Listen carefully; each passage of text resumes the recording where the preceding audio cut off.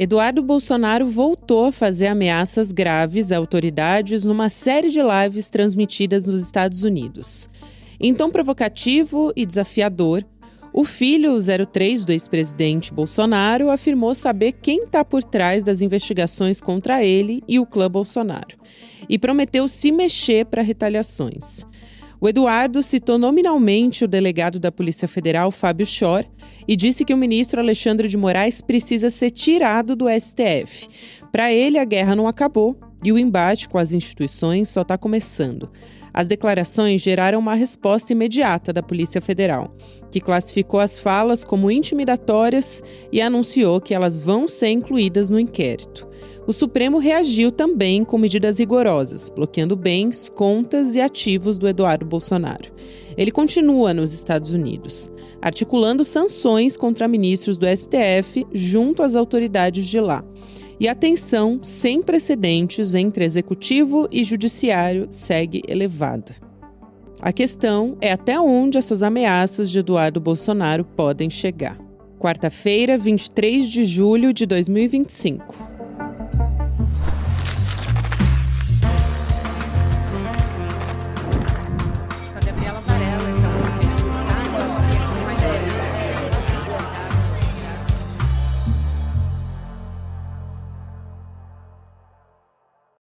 Olá, seja muito bem-vindo, seja muito bem-vinda. Eu sou a Gabriela Varela, esse é o Videocast em Detalhes que está começando.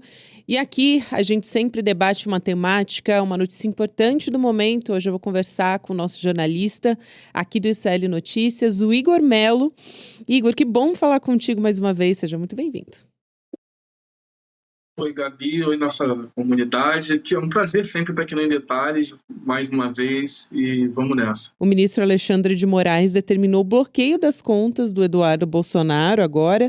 Os ataques dele estão escalando e daqui a pouco eu vou entrar mais nesses detalhes dos ataques à Polícia Federal também, além do STF, mas eu quero um pouco, para começo de conversa, a sua análise sobre como as reações também a essa escalada do Eduardo Bolsonaro contra o Brasil estão escalando na mesma medida, talvez, Igor. Como é que você está avaliando essa restrição, aliás, essa determinação do ministro Alexandre de Moraes contra o Eduardo?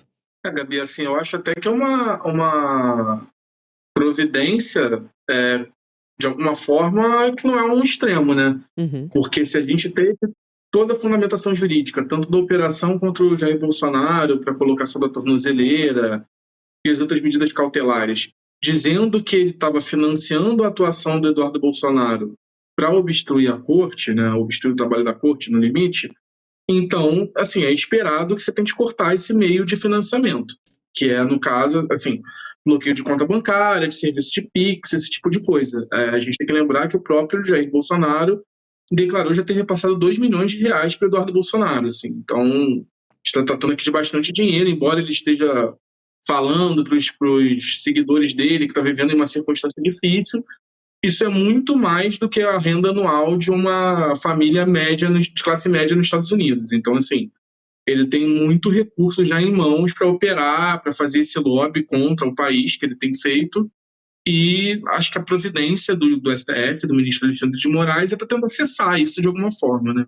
O que me impressiona bastante é a escalada desses ataques contra o Brasil por parte do Eduardo Bolsonaro, né, Igor? Porque a gente teve, nas transmissões que ele fez, nas lives dos últimos dias, atacou não só o ministro Alexandre de Moraes, que já é praticamente de praxe desde que ele foi para os Estados Unidos, até antes disso, mas nessa ofensiva do Eduardo lá dos Estados Unidos, o próprio STF, agora também aparece uma ameaça contra a própria Polícia Federal. Então, é algo muito grave também, tentar intimidar o trabalho da corporação. Isso pode ter uma resposta, a gente pode, talvez, ter o Eduardo ele pode ser alvo de buscas, uma resposta da Polícia Federal também, nesse sentido, já que também está no âmbito da investigação? Assim, eu acho que não se trata nem disso, assim, porque o destino do Eduardo me parece estar traçado dentro do cenário jurídico brasileiro. Ele vai ser responsabilizado por tudo que está acontecendo. A gente, assim, já comentou isso em outras oportunidades, esse processo vai avançar Ele, até o momento em que foi para os Estados Unidos, ele não era denunciado nem réu por nada envolvendo a tentativa de golpe, apesar de haver menções a ele, né? O próprio Mauro Cid fala que ele fazia parte desse núcleo mais radical que estimulava o pai a dar um golpe. Mas quando ele optou de se licenciar, ir para os Estados Unidos, fazer essa articulação contra o STF, contra as autoridades e contra o Brasil, ele sabe que o destino dele está traçado. Assim, isso faz parte, inclusive, da narrativa que ele tenta sustentar, de que ele é perseguido, porque ele vai, sem ter nenhum tipo de responsabilização, começa a atuar sistematicamente dessa forma, e subindo o tom, dobrando a aposta sempre que algo acontece, e aí a responsabilização vai vir, isso é óbvio. E ele vai dizer, tá vendo como eu era mesmo perseguido? Então, isso faz parte até da retórica dele, né? Mas, assim, quanto a ações da Polícia Federal, me parece que o que vai acontecer é que ele vai ser indiciado nesse inquérito que ele responde e, assim, o processo vai transcorrer com uma certa tranquilidade, apesar da gravidade do que está acontecendo. Eu observo já há bastante tempo, acho que desde 2023, quando essas investigações contra a família Bolsonaro avançaram no STF e na Polícia Federal, que existe uma preocupação muito grande de não ter ações assodadas, até em comparação com a Lava Jato, né? De não repetir certas práticas. Então, agora mesmo a gente viu que, apesar de tudo que aconteceu, o Jair Bolsonaro não foi preso preventivamente. Então, assim, acredito realmente o que vai acontecer, o que tem que acontecer, que essa investigação vai ser concluída pela Polícia Federal e ele vai ser indiciado, denunciado e posteriormente tornado réu. Agora, só fazer um parênteses, Gabi, que embora ele tenha novamente feito esses ataques contra os delegados, sobretudo o delegado Fábio Schorner, que é o responsável por esses inquéritos que tramitam no STF contra a família Bolsonaro, isso também está longe de ser uma coisa inédita. O próprio Eduardo responde a um processo disciplinar, porque ele é escrivão da Polícia Federal licenciado, justamente por conta desses ataques. Ele já fez uma série de manifestações contra a Polícia Federal, contra o delegado Fábio Schor, contra os investigadores que atuam nesses inquéritos. Então não é como se também fosse uma novidade, assim, ele só está reforçando o que ele já vinha fazendo. E aí, para a gente até dar um passo atrás nessa história e entender essa linha do tempo e como a gente chegou até aqui, a gente tem o lado do Eduardo e como isso também talvez tenha se aprimorado aos poucos no governo Donald Trump, retalhando o Brasil em nome do Jair Bolsonaro, né? O Eduardo está nos Estados Unidos desde fevereiro, já não é de hoje que ele faz uma série de viagens que foram feitas em prol de uma articulação da extrema-direita global. Aí, em março, ele se licencia, de fato, do cargo. Então, queria que você analisasse um pouco sobre essa empreitada de construir nos Estados Unidos, né, essa noção de que o nosso processo eleitoral é contaminado. Foi se aprimorando também essa narrativa de ditadura por parte do Eduardo para conseguir, então, a anistia para o Jair Bolsonaro.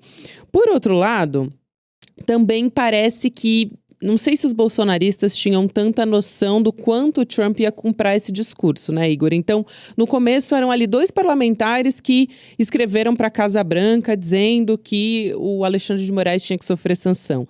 Aí depois um congressista, na presença do Marco Rubio, o secretário de Estado dos Estados Unidos, estava ali ouvindo também a mesma coisa, que deveria ser aplicada a sanção contra o Alexandre de Moraes.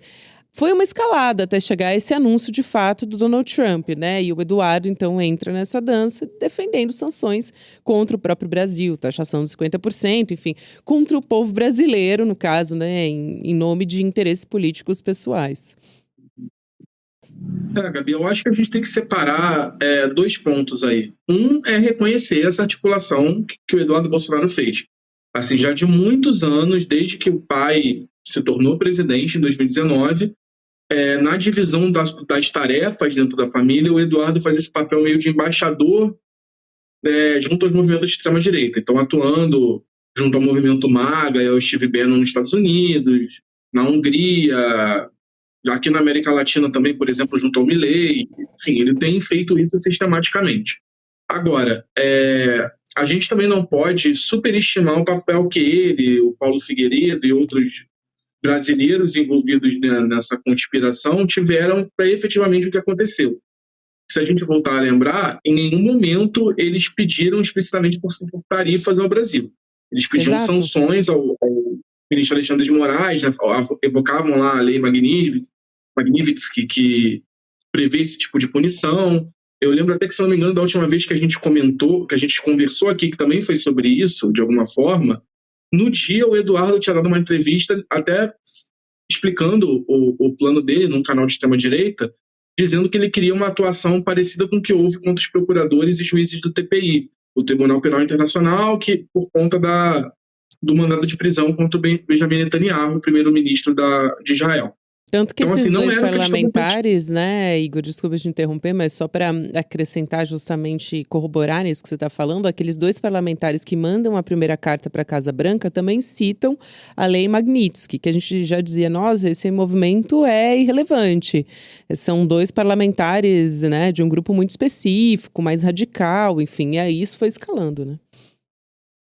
Sim, e aí, só retomando, obviamente, essa articulação deles teve um papel, inclusive junto a essa base trumpista no Congresso, né? Não é à toa que esses deputados americanos fizeram essa pressão também, mas o que me parece é que o governo Trump, de alguma forma, instrumentalizou essas pressões e essa campanha que a família Bolsonaro vinha fazendo nos Estados Unidos para atuar em prol dos seus interesses geopolíticos.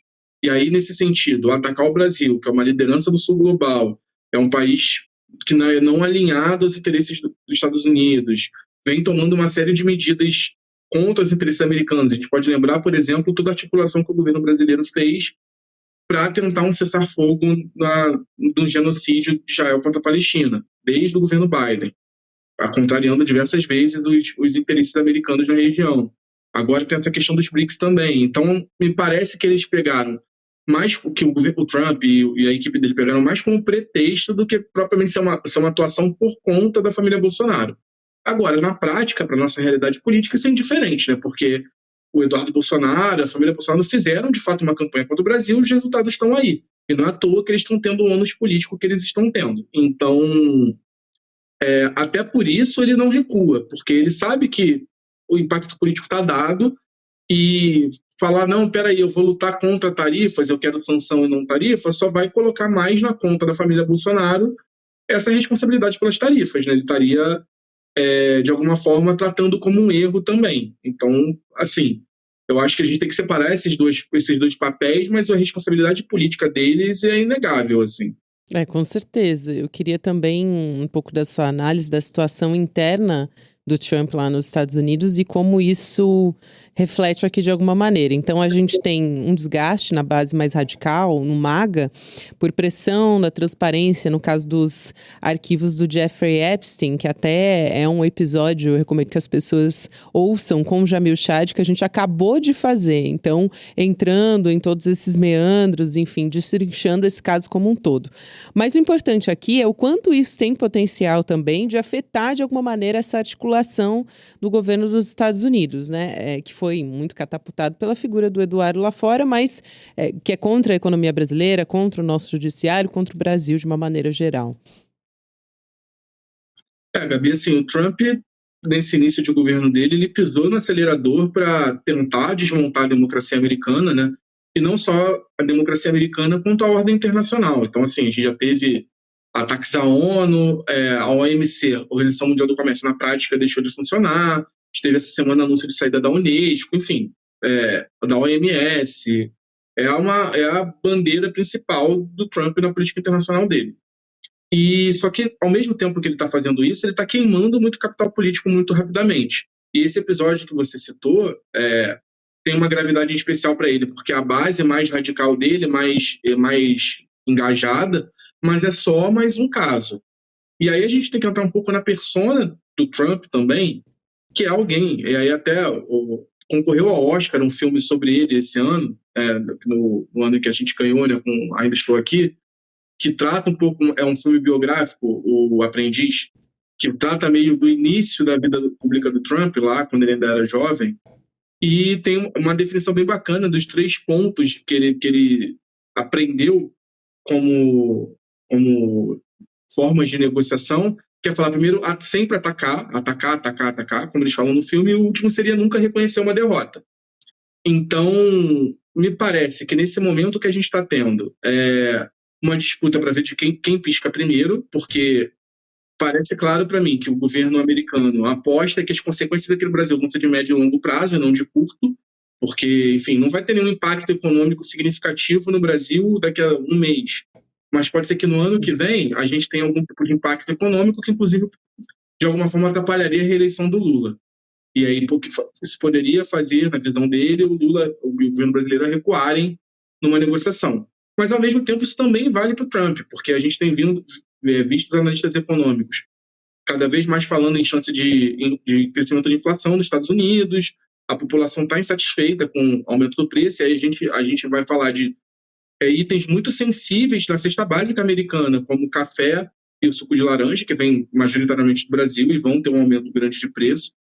Então é uma disputa de quem pisca primeiro. E nesse momento o Trump está muito pressionado por um rótulo que a oposição está conseguindo colar nele, que é o do taco, né? O Trump always chicken out. Tipo, o Trump sempre dá para trás, por contra a primeira onda de tarifas lá. E isso pegou muito mal para ele, porque justamente vai contra essa imagem de grande negociador implacável que ele procura construir para ele mesmo. E ele se irritou muito. Teve até um episódio na Casa Branca que ele foi perguntado por uma repórter sobre esse apelido, e ele se irritou completamente, destratou a repórter, enfim. Então é uma coisa que incomoda muito ele no aspecto pessoal mesmo. E a gente vai ter esse impasse de quem vai ser ele primeiro, e no meio disso tem a família Bolsonaro, né, que está tentando se reposicionar. Essas sanções, né, essas tarifas ao Brasil, foram uma bomba no campo bolsonarista. Assim, a gente teve uma reversão mesmo de tendência política pensando em 2026, e caso essas consequências políticas para eles se prolonguem e piorem, a gente tem um cenário muito complicado, porque a anistia morre, a possibilidade deles terem um controle maior da extrema-direita, mesmo com o Bolsonaro fora, morre, e inclusive isso pode prejudicar o grande plano deles, né, que é a eleição de uma bancada majoritária no Senado para fazer impeachment de ministros do STF. Então, assim, nesse momento é esse o cenário, eu acho, um pouco. Era justamente isso que eu ia te perguntar, incluir o cenário eleitoral de 2026 para o ano que vem também, porque o Eduardo Bolsonaro ele era cotado pelo Clã Bolsonaro, não dá nem para dizer que ele era cotado pela direita, porque não é muito do interesse do Centrão ter uma figura como o Eduardo Bolsonaro representando esse setor, mesmo mais fisiológico, né? Mas um sucessor do pai à presidência em 2026, pelo menos interesse do Clã Bolsonaro. Mas a chance dele voltar para o Brasil agora é praticamente nula, né, Igor? Sabendo que ele pode realmente ser preso voltando para cá. Então, na sua avaliação, a gente pode descartar completamente, talvez, já esse cenário para 2026? Ou dá para ser surpreendido ainda, né? Porque o roteirista do Brasil parece que nunca dorme. A gente está sendo surpreendido a todo momento, né? Eu acho que dá para ser surpreendido, Gabi, porque também o Bolsonaro é uma figura muito imprevisível, né?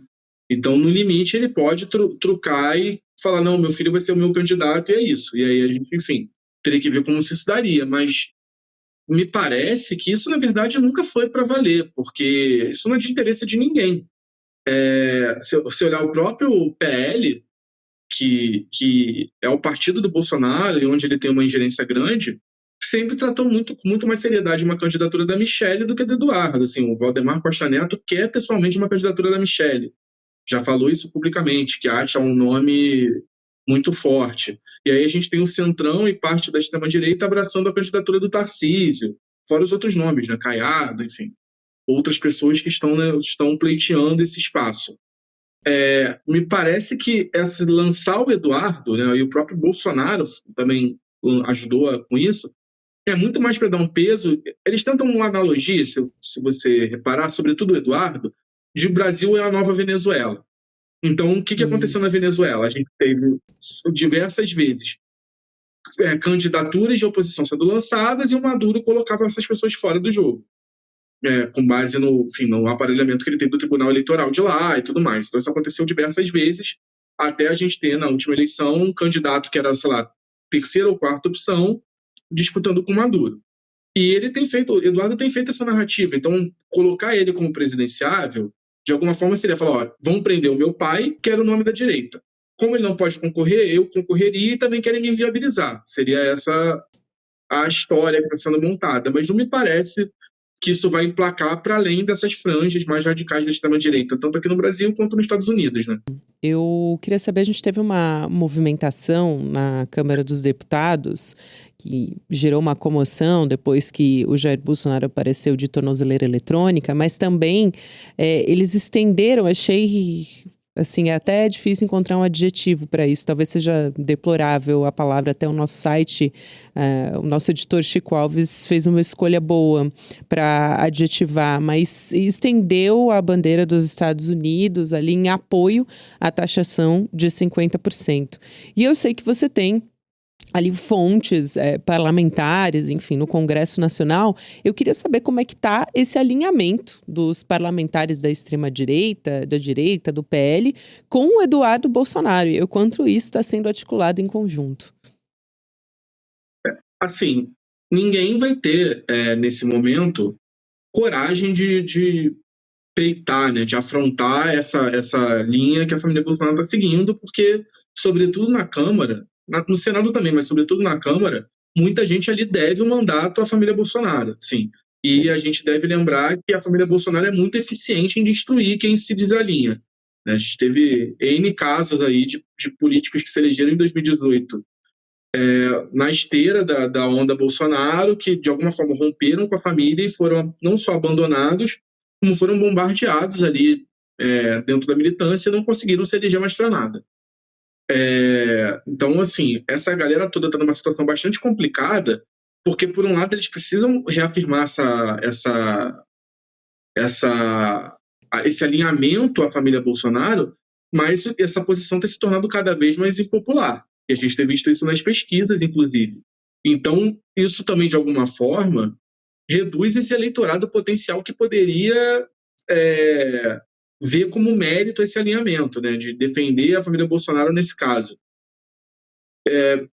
Eu acho que a gente vai ter, e aí é mais uma análise mesmo do que informação, a gente pode ter um caminho do meio que seria péssimo para o Brasil, inclusive, mas que não é de todo impossível, que é o Congresso capitaneado pelo Centrão chegar a alguma saída intermediária, que seria, por exemplo, fazer avançar a anistia, ao mesmo tempo em que repudia os ataques de Trump, por exemplo, para sair como o mediador dessa situação. E nesse ponto, esses parlamentares bolsonaristas ganhariam, mas não me parece o cenário mais provável nesse momento.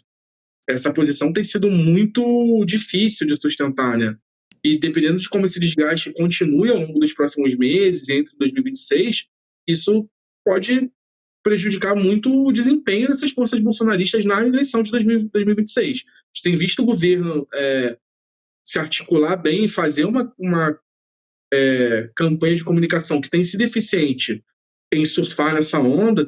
A gente viu agora no caso do Pix, por exemplo, que, por ironia, foi o grande desgaste do governo Lula desde o início, né? Daquela questão do vídeo do Nicolas e tudo mais, e agora está surfando na onda de falando o Pix é do Brasil, fazendo campanha de publicidade com isso e tentando, de alguma forma, colocar essa pecha no campo bolsonarista de que é contra os interesses do brasileiro, né? Isso pode pegar, assim, me parece que tem pego, por enquanto. Só para trazer mais detalhes de como foi essa manifestação, vamos dizer assim, bolsonarista na Câmara, foi depois que o Hugo Mota, presidente da Câmara dos Deputados, proibiu que se fizesse reuniões de comissões que tinham o objetivo, no fundo, de apoiar o Jair Bolsonaro contra o STF. E aí, um desses parlamentares levanta uma faixa que está escrito o nome Trump e embaixo Make America Great Again, né? Faça a América grande de novo. Então, um slogan do governo estadunidense e um apoio aberto à taxação de 50% contra o Brasil.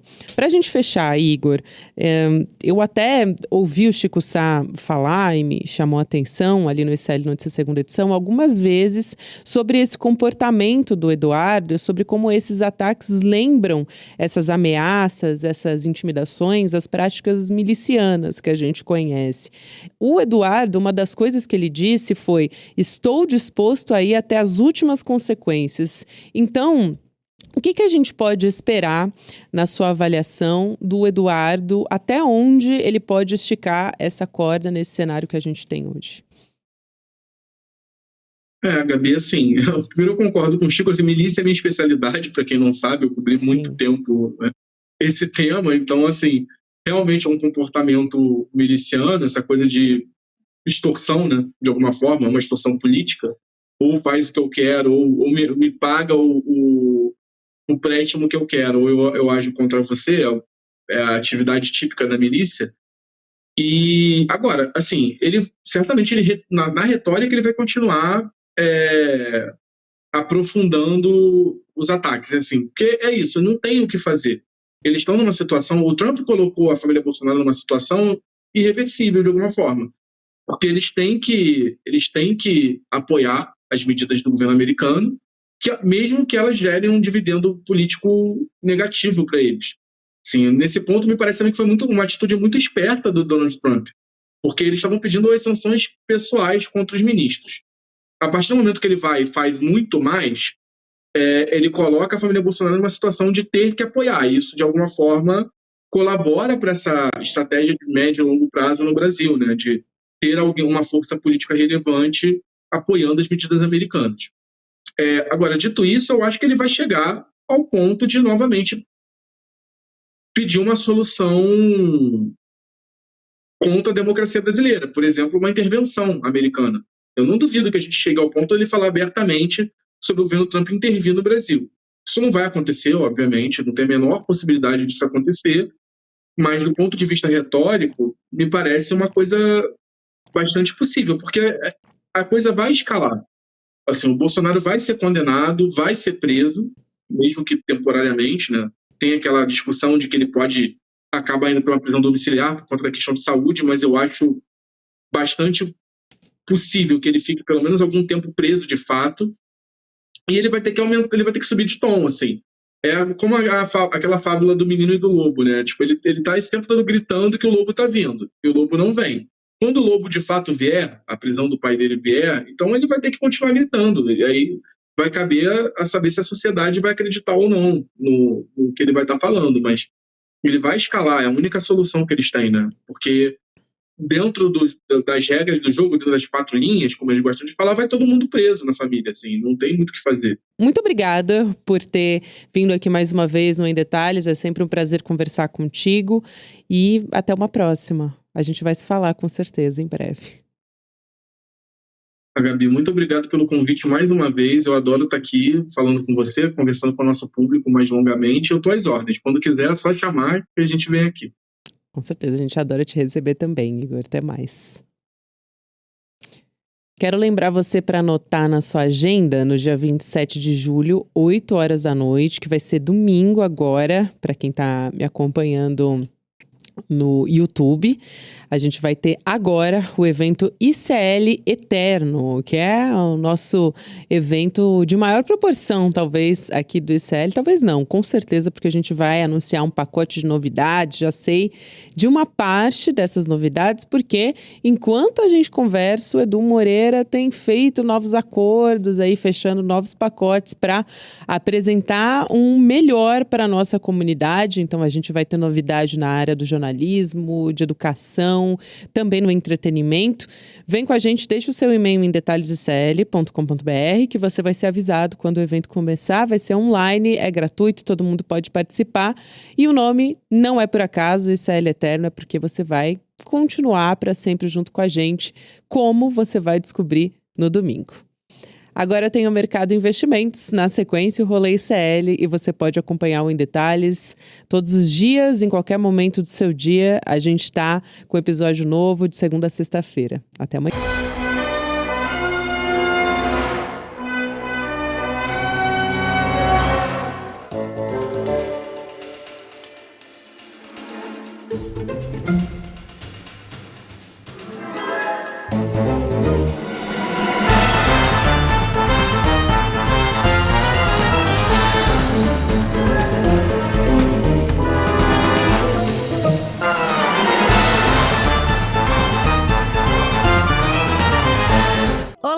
Olá, eu sou a Juliana Baroni e tô aqui para te fazer um convite. Toda terça-feira às 19 horas tem o Precisamos Conversar, um programa de debates feminino. A gente tem que ver, tem que analisar. Vale tudo por qual dinheiro? Quem tem dinheiro e o que é dinheiro no país? Já foi mais ou menos uma cama. Aqui no Instituto Conhecimento Liberta e também nos canais do Eduardo Moreira. Então, você não pode perder.